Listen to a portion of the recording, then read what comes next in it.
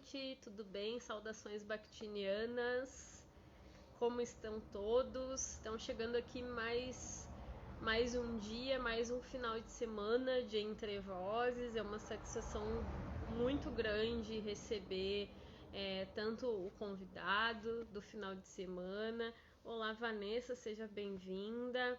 É um prazer muito grande poder contar com as pessoas que estão aqui, tanto os convidados que participam junto comigo do diálogo, quanto com vocês que chegam também para dialogar, né? E vão tornando esse momento, esse encontro cada vez mais profundo, mais amplo, né? Com novas ideias diferentes daquelas que surgiram originalmente. Então é nesse diálogo que a gente vai realmente ampliando, né, os nossos horizontes. É um clichê, mas, né, é bem isso, a gente vai ampliando essa rede de diálogo. Olá, eu tô seguindo o nome aqui, né, Gatinho Esperto, gostei, interessante o nome. Seja bem-vindo, quem tá chegando pela primeira vez, Adriana, seja bem-vinda também. Esses momentos iniciais, Mário voltou, obrigada, Mário. Então a gente estava com um probleminha na conexão, agora retornando para ver se estabiliza, né, a Carmen. Então estou aguardando a Carmen chegar para a gente tentar reconectar e ficar mais fluido, né, a questão mais fluida a imagem e o som.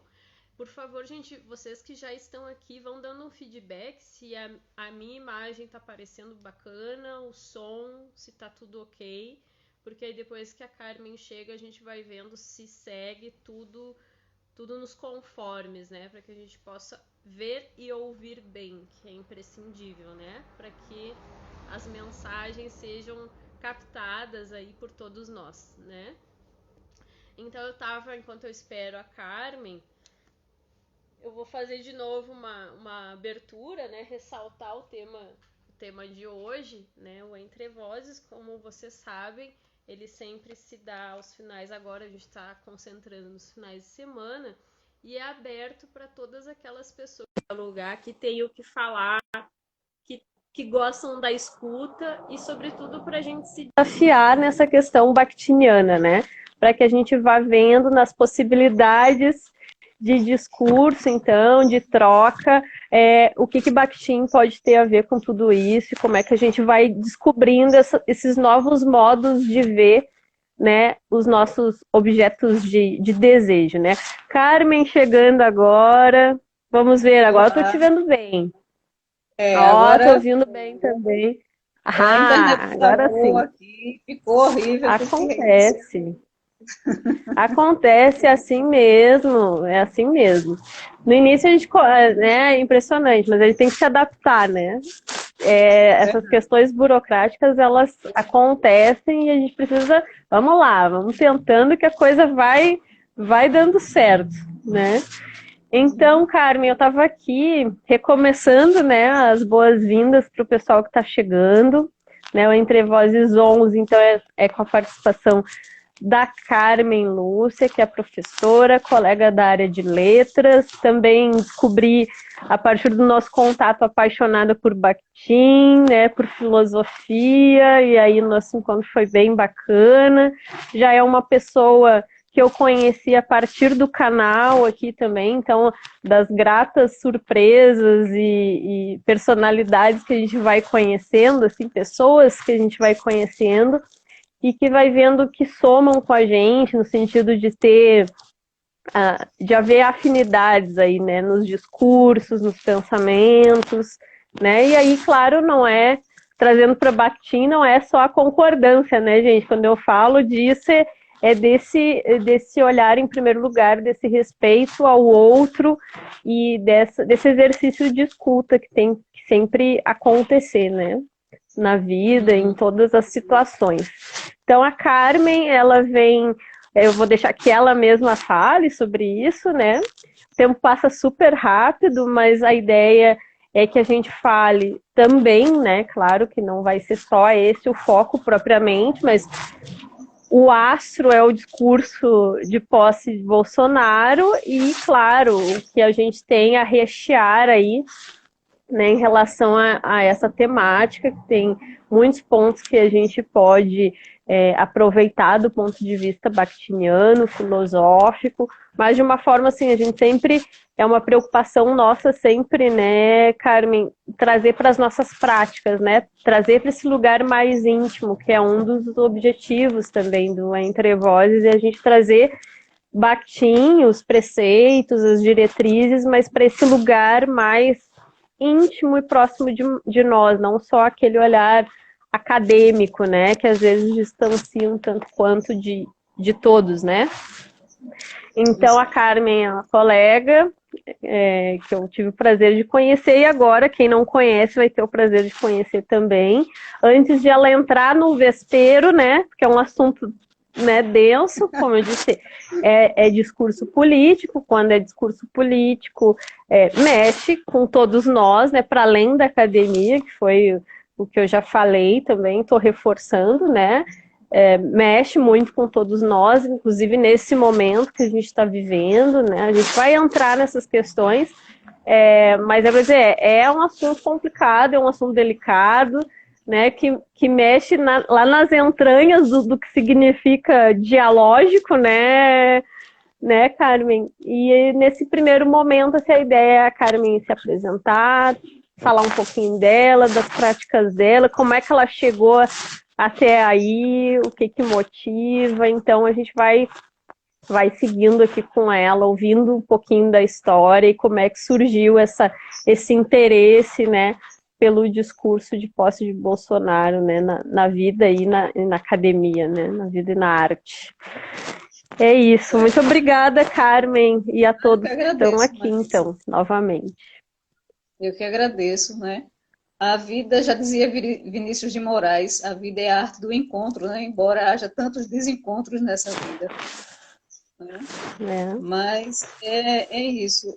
São encontros de gostos em comum, né? De trabalhos em comum, com teóricos em comum. Eu sou formada em letras pela UFRPE e sou do interior de Pernambuco. Fiz o curso de letras e a partir do momento que eu comecei a pagar uma cadeira de análise do discurso, né, já me veio a ideia, acho que eu estava no quarto período da universidade, e aí a ideia de trabalhar com isso no meu TCC. Né? Mas aí, por conta de eu já estar participando de 2 projetos de pesquisa do PIBIC, né, e eu estava com o tema de práticas de letramentos literários, e aí eu não por orientação, né, da minha professora, ela achou melhor eu continuar com o projeto para o TCC, porque iria dar menos trabalho e a gente ia concluir, já estava a pesquisa quase toda pronta. Mas eu sempre fui muito apaixonada por filosofia e sempre fui muito apaixonada por Bakhtin também. Né? Então, eu podendo juntar letras com filosofia, então, para mim foi ótimo, né, fazer isso. E a partir do momento que eu comecei a me aprofundar, né, a comprar livros e a estudar o assunto, o tema, né, e a participar também como uma aluna especial do mestrado, numa cadeira de teoria dialógica na UFPE, eu comecei a despertar. Eu sempre tive a vontade de trabalhar com análise do discurso, né? Só que eu não sabia exatamente com o quê. Mas aí, como em 2016, né, teve aquele boom, né, do impeachment, teve todo aquele processo, aquela polarização, né, nesse período, e aí eu comecei a me interessar por essa área, porque até então não me interessava muito por questões políticas, eu sempre fui muito neutra nessa questão, eu não tinha interesse, mas eu comecei a ter interesse a partir do momento em que como as pessoas conseguem fazer essa interpretação de um discurso político, né? Como esses discursos são trabalhados estrategicamente. E aí eu vi que tem muitas coisas de conceitos que a gente trabalha com os conceitos bakhtinianos que tem tudo a ver nessas categorias de análise, né? Quando se fala em esferas ideológicas, né?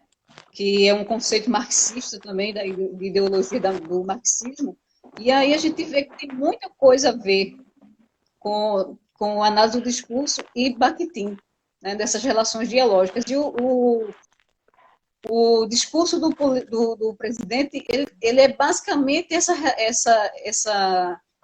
essa relação de diálogo, né, com uma ideologia. Né? O que eu quis trabalhar exatamente no meu artigo que eu fiz do mestrado é trabalhar o conceito de ideologia dentro da filosofia da linguagem bakhtiniana. Né? Tanto que Marxismo e Filosofia da Linguagem foi o livro base, né, que eu trabalhei nessa disciplina para poder concluir, né, com essa análise da materialidade do discurso de posse do presidente. Né? E aí eu queria começar assim, a falar um pouquinho do início, né, da questão da língua como uma forma de criar uma realidade. Né? E nós criamos uma realidade através da língua. Né? O que a gente fala, muitas vezes a gente consegue criar isso como algo real. Né? Consegue refletir e refratar uma outra realidade. A gente trabalha isso bastante. Né? E um exemplo disso é as narrativas bíblicas. Né? Quando Carmen, lê lá em Gênesis... Oi. Pode falar. Desculpa te interromper. Eu não sei como é que tá para vocês aí, gente. Eu tô te ouvindo, mas tá dando umas cortadas assim. Eu não sei se para vocês aí também, gente, ou se é só para mim, tá? Eu não sei se tu tá com fone, Carmen. Não tô com fone, Marice. Eu não sei se tu tem. Tu não tem? Não.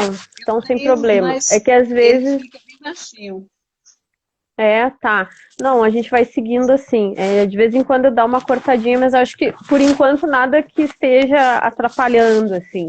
Só deem um feedback, gente, se tá tudo bem aí, porque às vezes pode ser só para mim que tá dando alguma coisa por causa da minha conexão também. Ah, então ótimo. Pode seguir. Pode seguir. A minha conexão também aqui. Eu vou tentar falar um pouquinho mais devagar, porque eu às vezes falo muito rápido. Eu vou falar um pouquinho mais devagar. Não, tranquilo. Não, tranquilo. Então, a narrativa bíblica, né, como eu falo, que a língua ela cria uma realidade, né, porque a narrativa bíblica, ela lá em Gênesis, criou o mundo através da luz e houve luz. Então, a palavra, ela tem, desde a criação, né, uma representação de Deus, ela tem esse ponto, né, da natureza bíblica, né, dessa narrativa bíblica, melhor dizendo. E aí, Adão é superior, né, aos animais, né, que eles têm a superioridade por conta da fala, né, e um Deus, tem um livro também que eu gosto muito dele, que é A Origem das Línguas, né, que fala sobre isso também, que ele diz que um Deus sem linguagem seria como um tolo ou como um animal, né? Para que o homem tenha essa capacidade, né? A linguagem, é preciso que haja um Deus que também tenha essa linguagem que compartilhou, né, com o ser humano, essa linguagem que é especificamente humana. Né? Os animais, eles articulam sons fisiológicos, e nós conseguimos articulações, né, compreensíveis, né, e criar conceitos e criar sentidos através desses sons que nós produzimos. Né? Que para si não é apenas sons, né, fonéticos, mas a questão de você conseguir, você memorizar, você pensar, né? Sem falar, já é um tipo de imagem que você cria uma percepção na sua mente. Mas sem precisar da fala falar. Não é isso? Isso me lembrou, só vou entrar um pouquinho, porque isso que você está falando me lembrou um pouquinho quando a gente conversou, né? Que até a gente ia falar, ver como é que são as coisas, né? Claro que está tudo ligado, mas é uma percepção também particular, a gente perceber, ficou redundante, percepção de perceber, mas é bem isso. Às vezes as relações não estão explícitas, né? Nós é que fazemos as coisas dialogarem, né? Então, quando a gente foi conversar sobre o discurso de posse, né? a gente foi por tantos lugares, assim, ensino, linguística aplicada, como as coisas são trabalhadas na escola. E aí a gente ficou, gente, a gente não falou do discurso de posse, né? Eu me lembro que a gente ficou assim, né? Só que aí eu pensei, não, a gente só falou disso, né? Porque é justamente isso está falando dessa capacidade que nós, como humanos, temos, né? Justamente por termos esse racional, essa possibilidade de conectar as coisas e de nos comunicarmos através da linguagem. Eu fiquei pensando, né? Como no ensino, né, na escola, e aí na educação básica, se a gente vai falar, né, desde a educação básica, como nós não somos, não trabalhamos, né, há uma defasagem aí, há uma lacuna muito grande nessa preparação em termos de vida, né, é aquele olhar mais normativo, né, da gramática normativa, estou indo mais nesse ponto, né. Então, quantas de nós, eu na minha geração, por exemplo, nas aulas de língua portuguesa, não raro é o tema da gente escrever aquela coisa formal, que era para uma prova de redação, né, que valia uma nota, não existia retorno algum sobre os textos que eram produzidos, muitas vezes. Aquilo não era debatido, não tinha relação nenhuma, né, mais profunda, assim, de uma conexão com os contextos da época, o que estava acontecendo, como é que isso influenciava, né, dentro das nossas realidades também, né, eu também sempre fui de escola pública, então, assim, isso tudo vai gerando o grande problema de leitura e de interpretação do próprio mundo, né? Mais tarde a gente vai ver os problemas que uma abordagem metodológica assim, que não leva em consideração justamente esses contextos, o ser humano que está ali, o sujeito, as suas condições, né? O estrago que isso faz, né? O estrago que isso pode fazer, né? De não ser algo, uma postura de reflexão, né? De ver que nós nos comunicamos através da linguagem e ela faz parte das nossas vidas 24 horas por dia, né? Então, não é a gente lá fazer uma prova de redação, ou de língua portuguesa, ou de geografia, que seja, e ok, se constitui 10 acertos, ou 8 ou 5 e deu, né? É um olhar para a vida, né? É a partir dessa competência desenvolvida que a gente vai conseguir interpretar esses discursos, inclusive um discurso de posse, inclusive um discurso na candidatura de um político, nas nossas próprias relações com a nossa família, com os nossos amigos. Então, entra de novo essa questão de esse link da vida, né?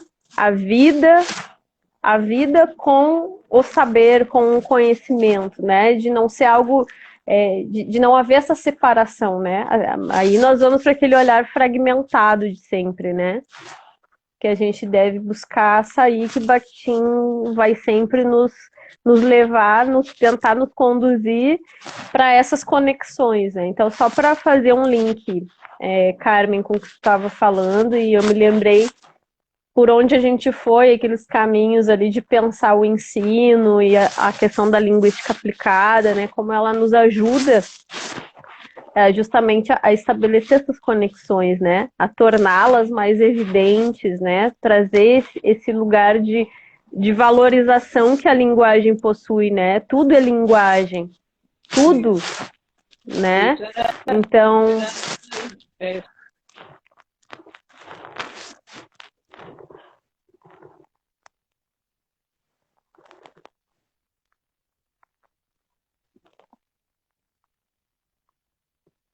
Gente, aqui para mim a imagem e o som se foram da Carmen.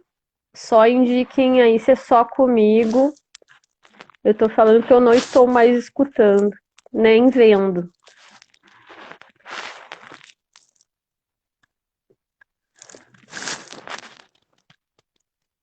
Se puderem, deem um feedback se para vocês também trancou, se pausou, porque aí eu tento restabelecer a conexão aqui com ela. De repente eu chamo ela de novo. Acho que vai ser melhor. Agora sumiu totalmente para mim, gente. Deem um feedback aí como é que tá para vocês, por favor. Quem ainda estiver por aí. Vou chamar ela novamente. Deu problema. Tá, vou tentar chamar ela aqui, vamos ver se ela reconecta, que aí eu consigo chamá-la. Vamos ver se agora dá. Agradeço a compreensão, gente, de vocês, também com as questões burocráticas aqui da internet. Mas é assim, né? A gente vai tentando daqui, vai tentando de lá e a coisa vai fluindo. Lembra, Andréia, quando foi a nossa também, que deu esse problema e a gente foi seguindo? Graças a Deus, né?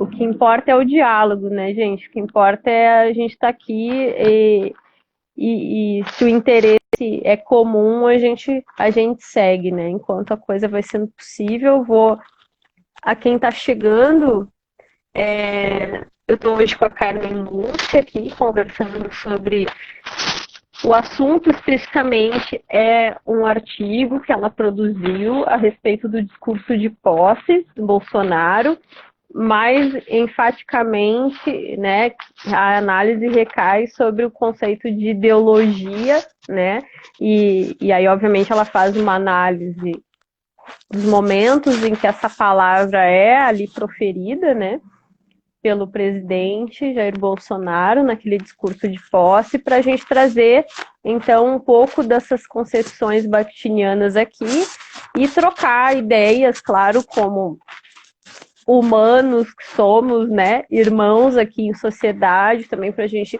trazer essas problematizações que fazem parte também do momento, do contexto que a gente vive atualmente, né, e de tudo que ele pode nos dizer, né, e aí eu vou deixar ela, a Carmen, falar sobre isso, ela trazer o olhar dela, antes propriamente, né, de ela compartilhar um pouco da história dela, como é que ela chegou a esse interesse, né, e a gente estava aqui justamente falando sobre a importância, né, de a gente dar o devido valor, né, o lugar merecido da linguagem, né, porque culturalmente falando, né, a nossa tradição em termos de educação muitas vezes não aborda a linguagem, né, na sua amplitude, né, na sua potência, né, então a gente estava comentando sobre essas memórias afetivas. Eu trouxe um exemplo, né, de quantos de nós que já passamos por situações na escola em que a gente tinha que escrever um texto que às vezes não tinha nenhuma relação com o contexto que a gente está vivendo, né, com a nossa história, com algo que possa de fato nos tocar, e tudo isso, todos esses elementos, todos esses sinais, como isso vai justamente prejudicando a noção de que é justamente através da linguagem que a gente se comunica e do poder, né, que nós temos quando a gente consegue, de fato, né, tomar posse dessa linguagem, né, a gente mesmo, né, nessa nossa relação que se dá sempre com o outro,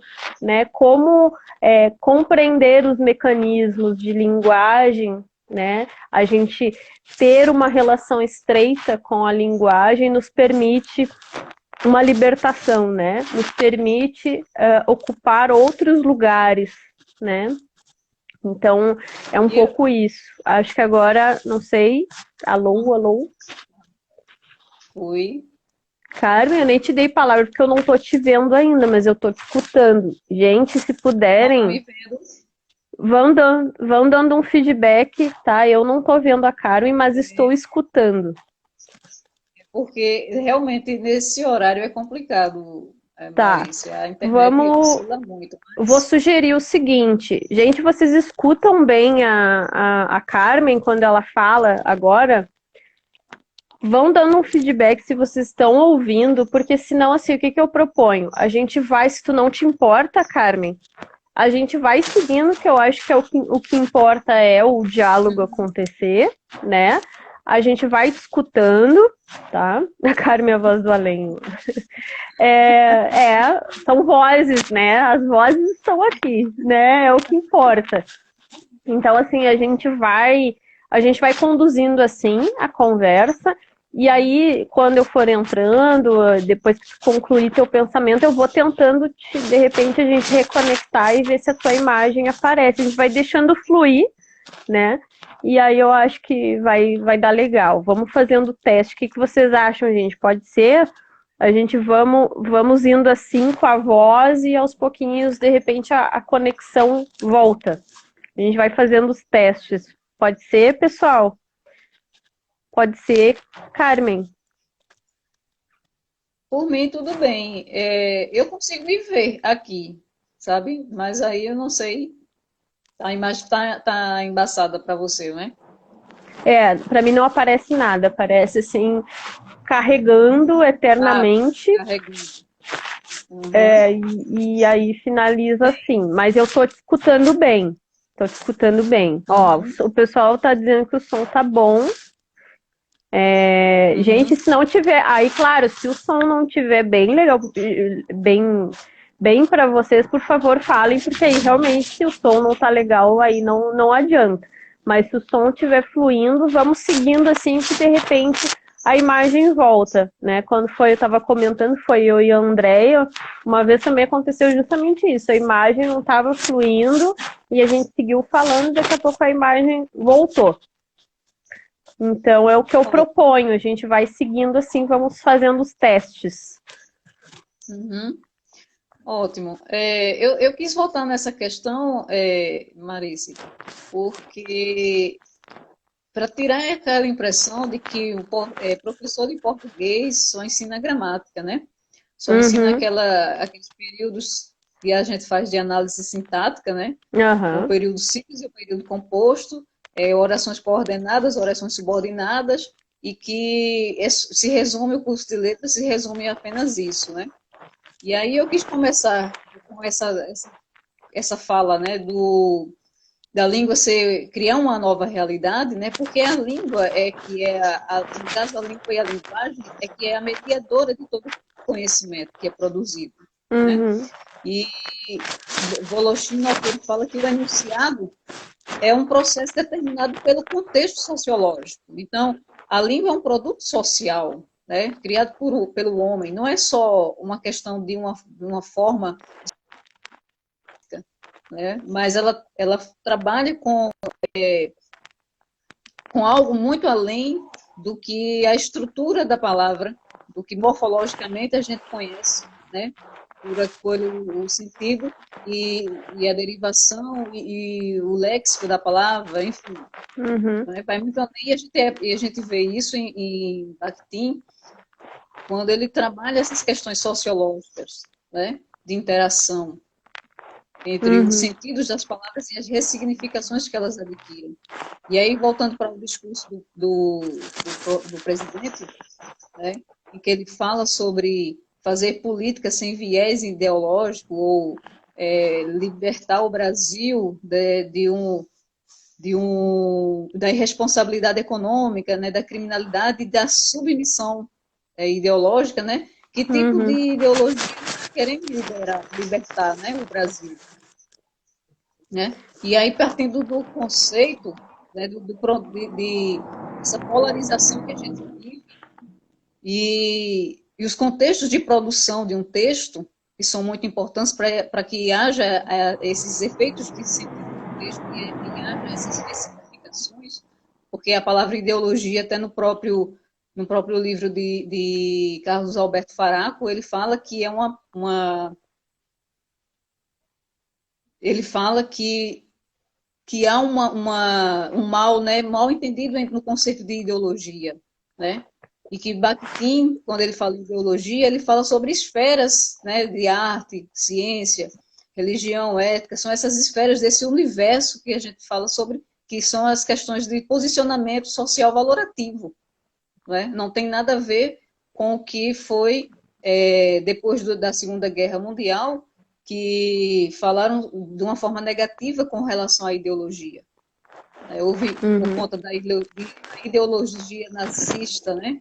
E aí houve, depois da Segunda Guerra, uma negação de conceitos ideológicos, e aí a palavra se tornou, ganhou uma outra ressignificação negativa, e ninguém queria falar mais sobre ideologias, ou pelo menos não dessa ideologia nazista que foi que aconteceu, não é? E então, só voltando para esses contextos de produção, para a gente entender como que chegou nesse contexto, nessa polarização, né? E de uma criação, de criar um inimigo, como quando ele fala de fazer política sem um viés ideológico, de que viés ideológico era isso? Quando a gente fala de produção, contexto de produção de um texto, a consciência ela é parte material do ideológico das palavras, né? Tem a ver com a formação da consciência do ser humano também. Não é isso? E aí eu lembro de um caso, né, que palavras não são apenas palavras, elas contêm em si um contexto, né, ideológico. E isso a gente viu bem, um bom exemplo quando foi o caso do secretário da Cultura, Roberto Alvim, quando ele se apropriou, né, ele falou frases de um discurso nazista, né, de um assessor de Hitler na época, e ele foi exonerado por isso. Né? E ele falou de a cultura salve, que a cultura salve nossa juventude, né, que a nobreza de nossos mitos fundantes, né, salve a gente livre a gente, a cultura tinha o efeito do sacrifício entre a arte ser heróica, enfim, de ser a nacional, uma nova civilização brasileira.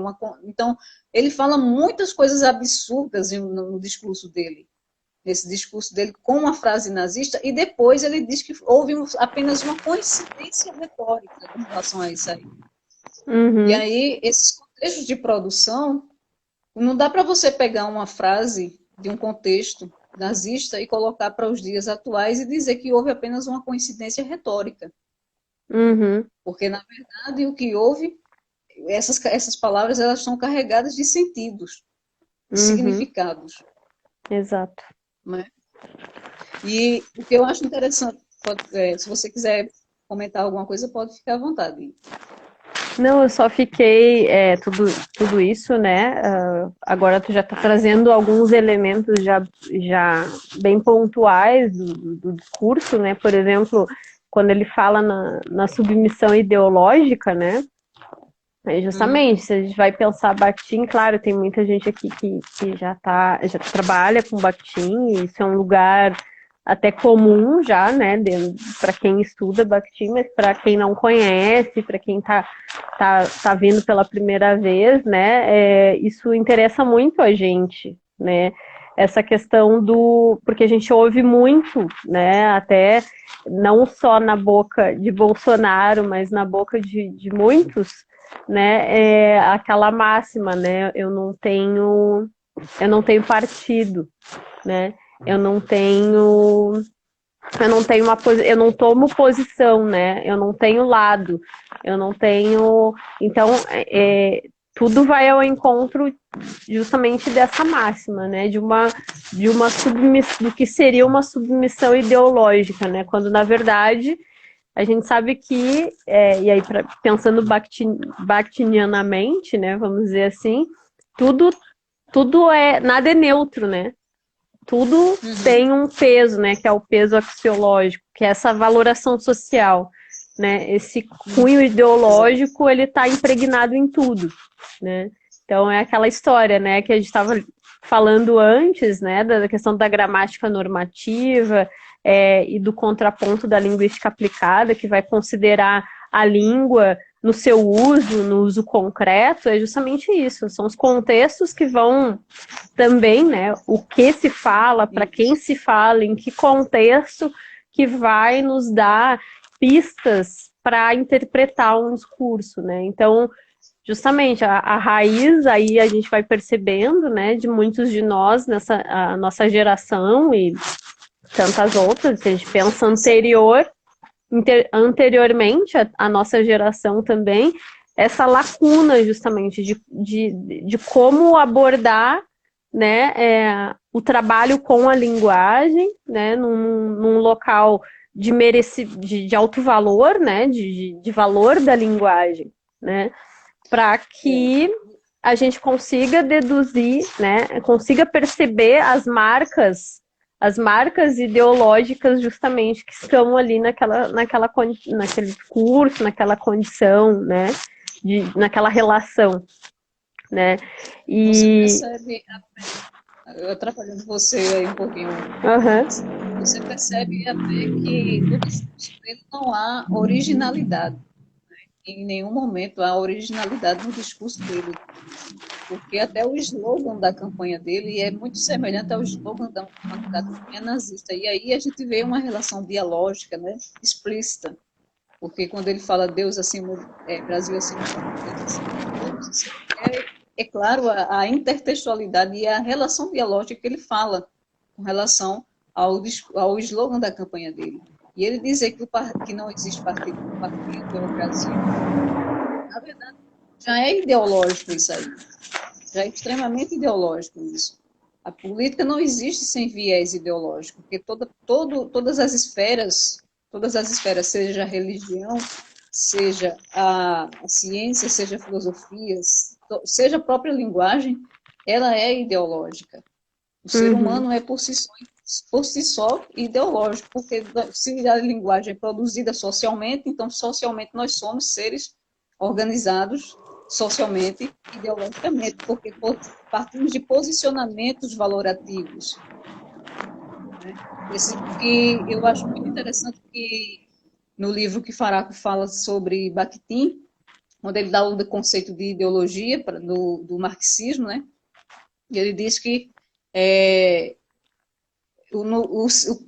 nos contextos do círculo, a palavra ideologia é usada em geral para designar o universo dos produtos do espírito humano, aquilo que algumas vezes é chamado por outros autores de cultura imaterial ou produção espiritual, né? Talvez uma herança de um pensamento idealista, e igualmente de formas da consciência social, um vocabulário de sabor mais materialista, essa consciência social, que é isso que ele conseguiu fazer, né? Usando esse tipo de discurso. Ele conseguiu fazer uma identidade, criar uma identidade de grupos estratificadas nessa ideologia, né? Ressignificar, fala-se muito em criação ideológica dos signos, e essa criação ideológica dos signos a gente trabalha em todas as esferas, né? E cada esfera socialmente tem uma criação ideológica de um signo.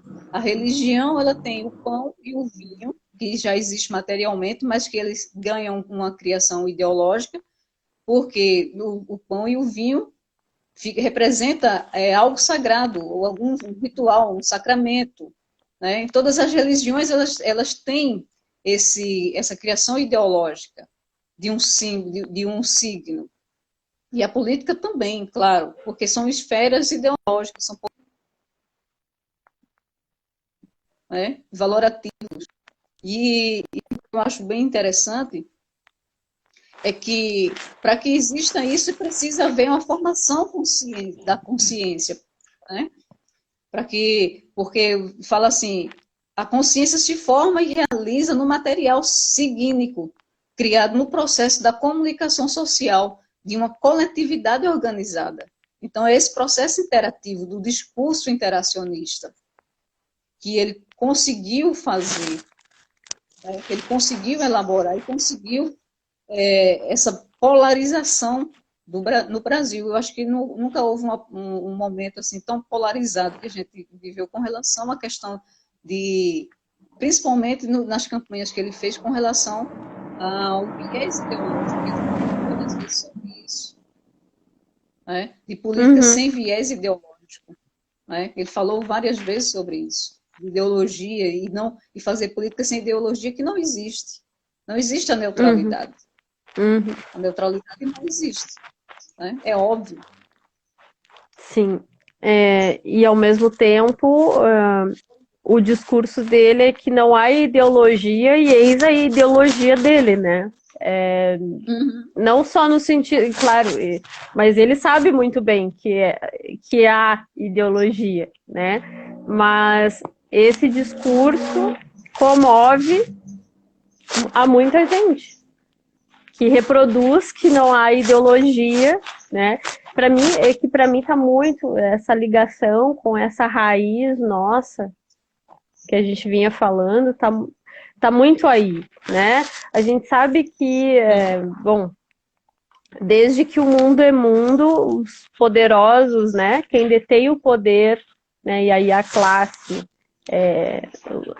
dos nossos representantes, né? Na política, faz parte da história, né? Da nossa história em termos de relação com essas figuras, né? Desde que o mundo é mundo, quem tem o conhecimento tem o poder, e isso é sabido, né? Isso é sabido.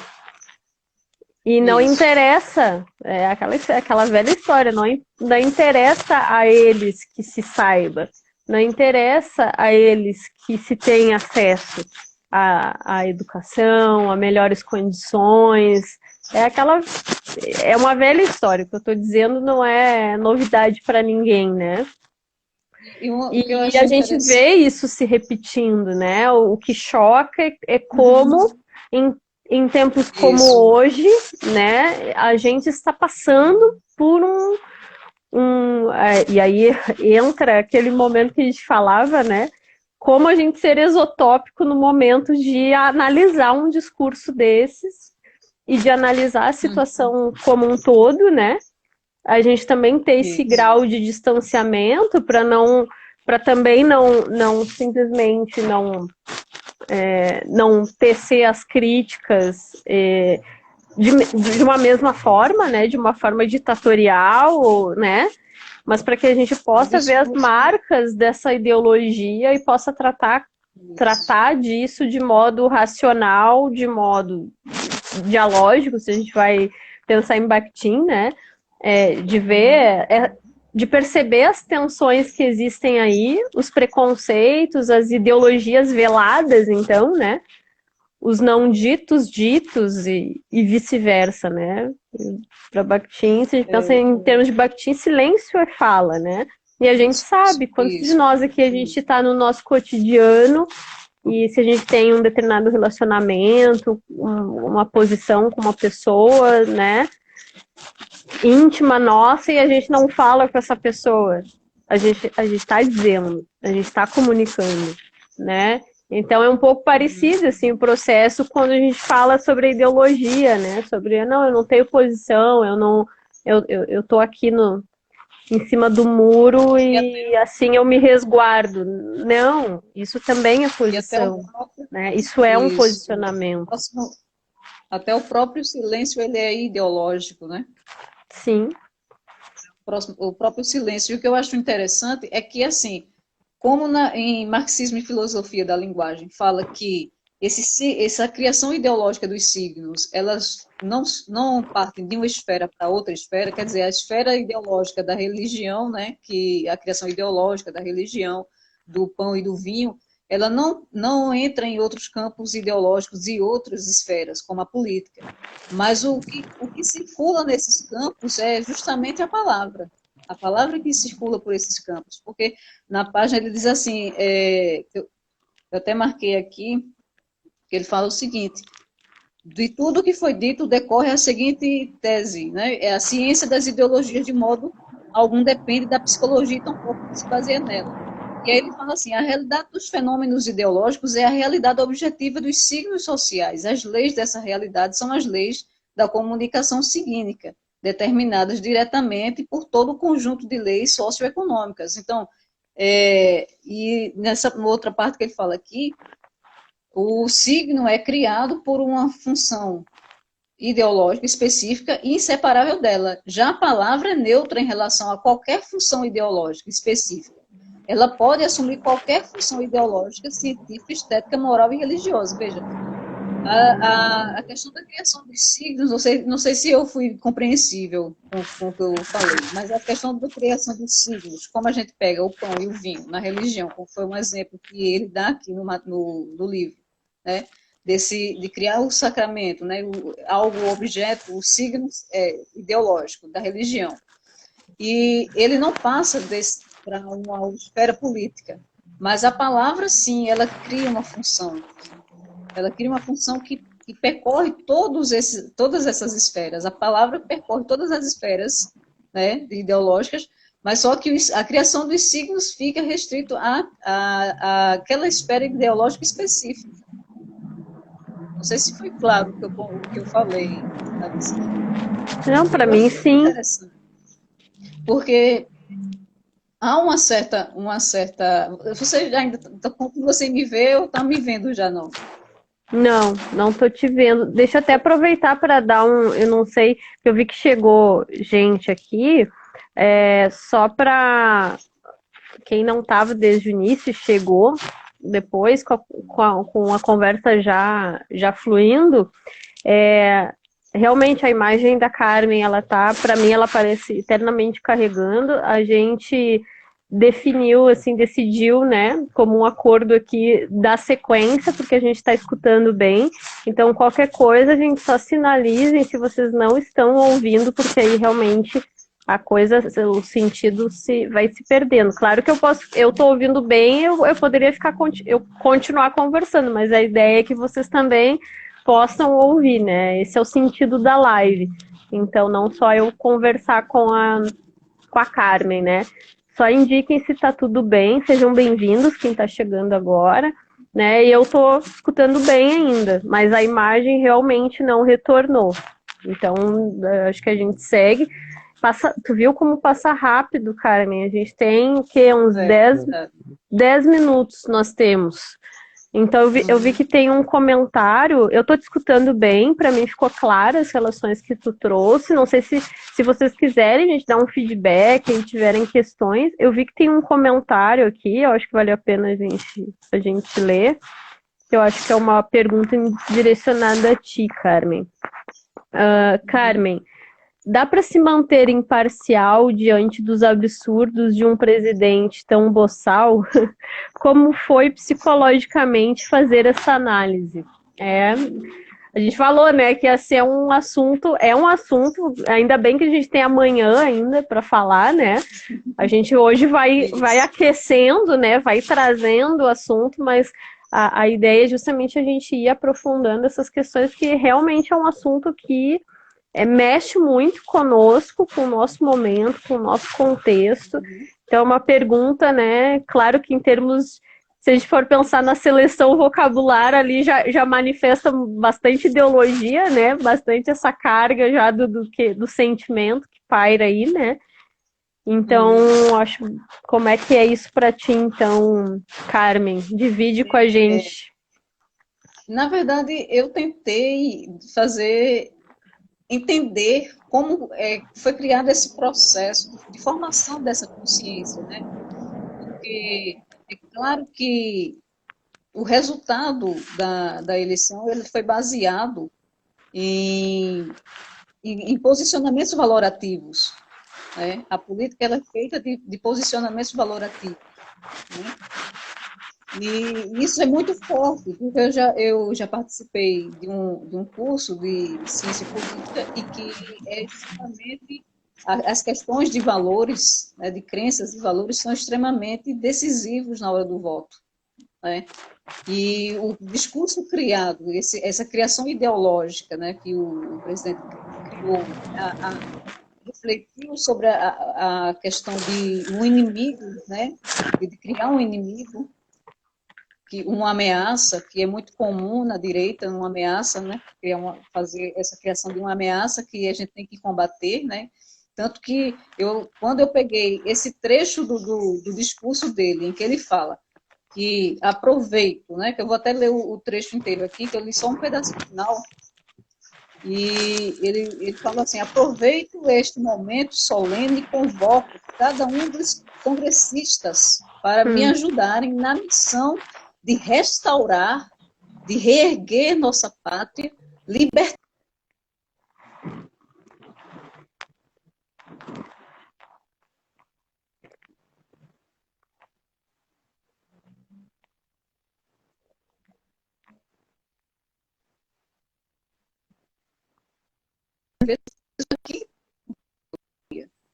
e que tipo de ideologia, que tipo de outra, como eu falei logo no início, que tipo de outra realidade ele quis aqui, né, refletir e refratar, né, que a gente fala muito isso na compreensão do círculo de Bakhtin, a refração dos signos, né, refração e reflexão.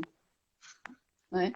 Quando ele fala sobre essa submissão, o Brasil estava submisso aqui, que ele precisava ser o salvador da pátria. E aí eu volto à pergunta do pessoal, da pessoa que me fez a pergunta aí. Para mim foi extremamente difícil ficar indiferente. Eu acho que extremamente difícil ficar indiferente. Na verdade, eu tentei compreender como que isso aconteceu, como que foi criada essa formação desse posicionamento valorativo, né, dessa formação dessa consciência das pessoas, dessa identidade de grupos. Como é que os grupos se identificaram com alguém que tem como fazer uma configuração de mãos com armas, né, que é algo que mata, mas que ressignificou como proteção, né, que ressignifica como proteção de um inimigo, de se proteger de algum inimigo, e que trouxe questões muito polêmicas para o debate, e que, na verdade, além de trazer questões muito polêmicas em toda a trajetória política dele, né, e algumas até que ele chegou a fazer, né, e que, na verdade, ele não participou de debate algum para que fosse esclarecido de forma mais clara o que ele estava falando sobre.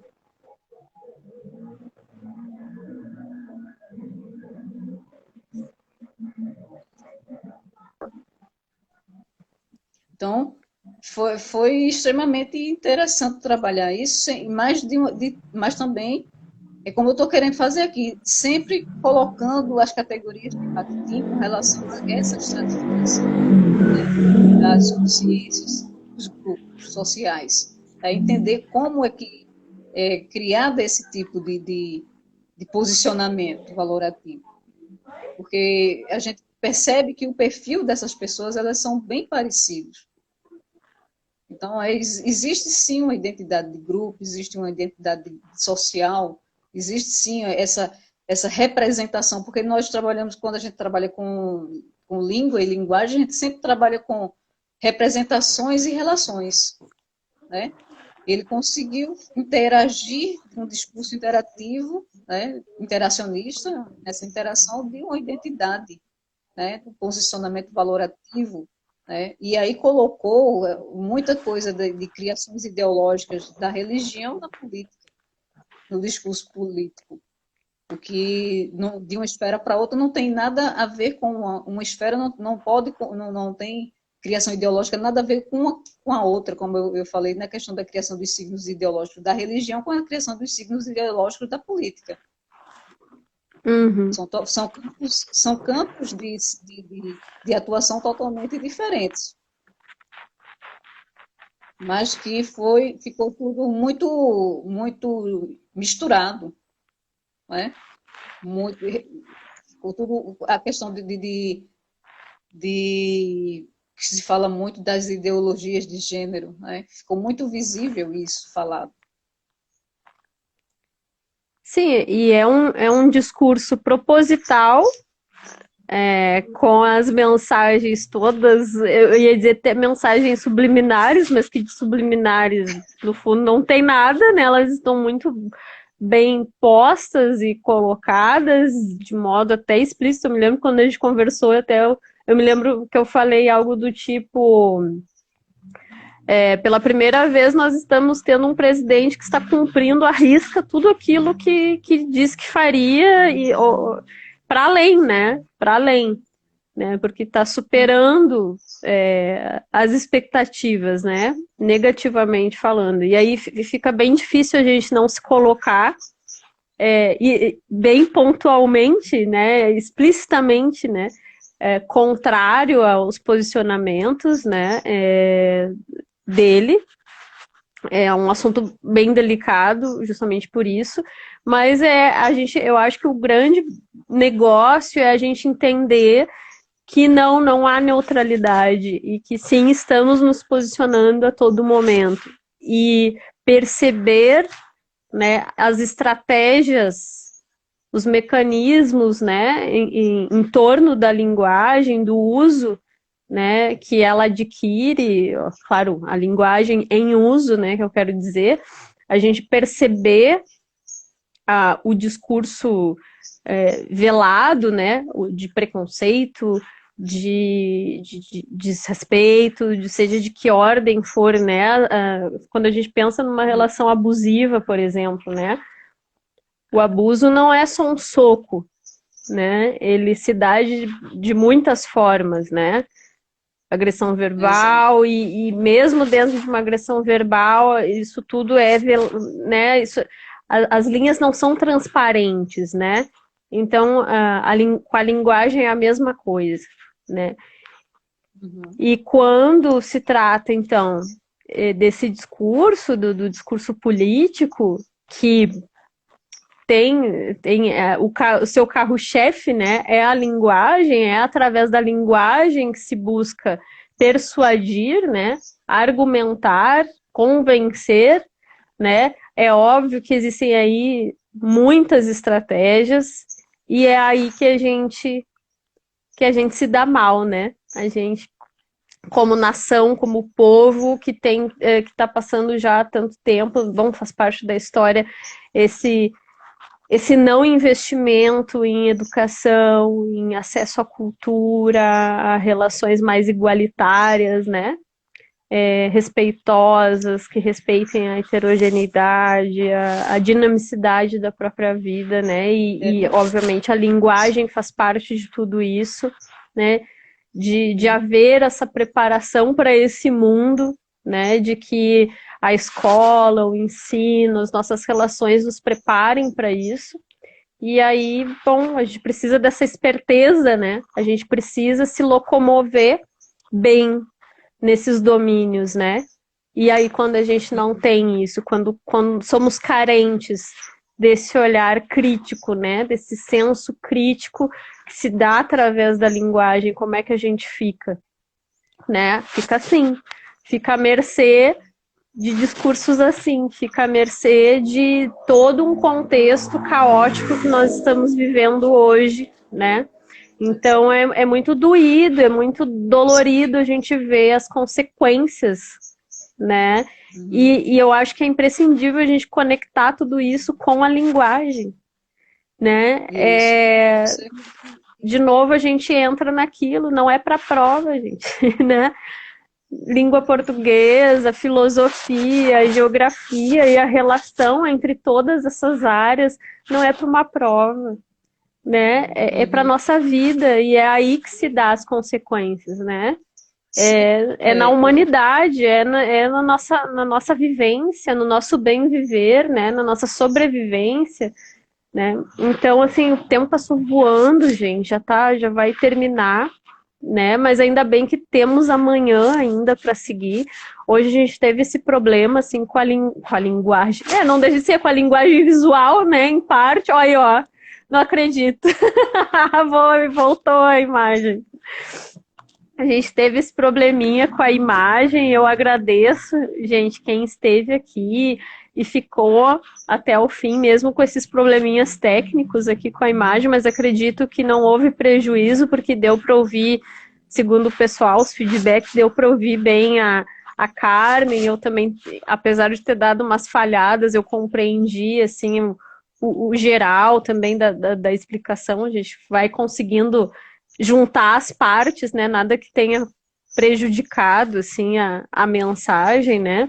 E, obviamente, é um assunto muito denso para a gente dar conta. Em 1 hora, passou voando, né? E pode falar. isso que eu quis, por isso que eu quis colocar primeiro para a gente entender, né, essas categorias de análise de Bakhtin com relação aos conceitos de criação ideológica, né, com relação à questão da formação da consciência todas essas questões no discurso, né, Carmen, vou te chamar de novo. A gente vai cortar, eu vou te chamar para a gente finalizar, tá bom? Já te chamo. Só um minutinho, gente. Tá certo. Até mais.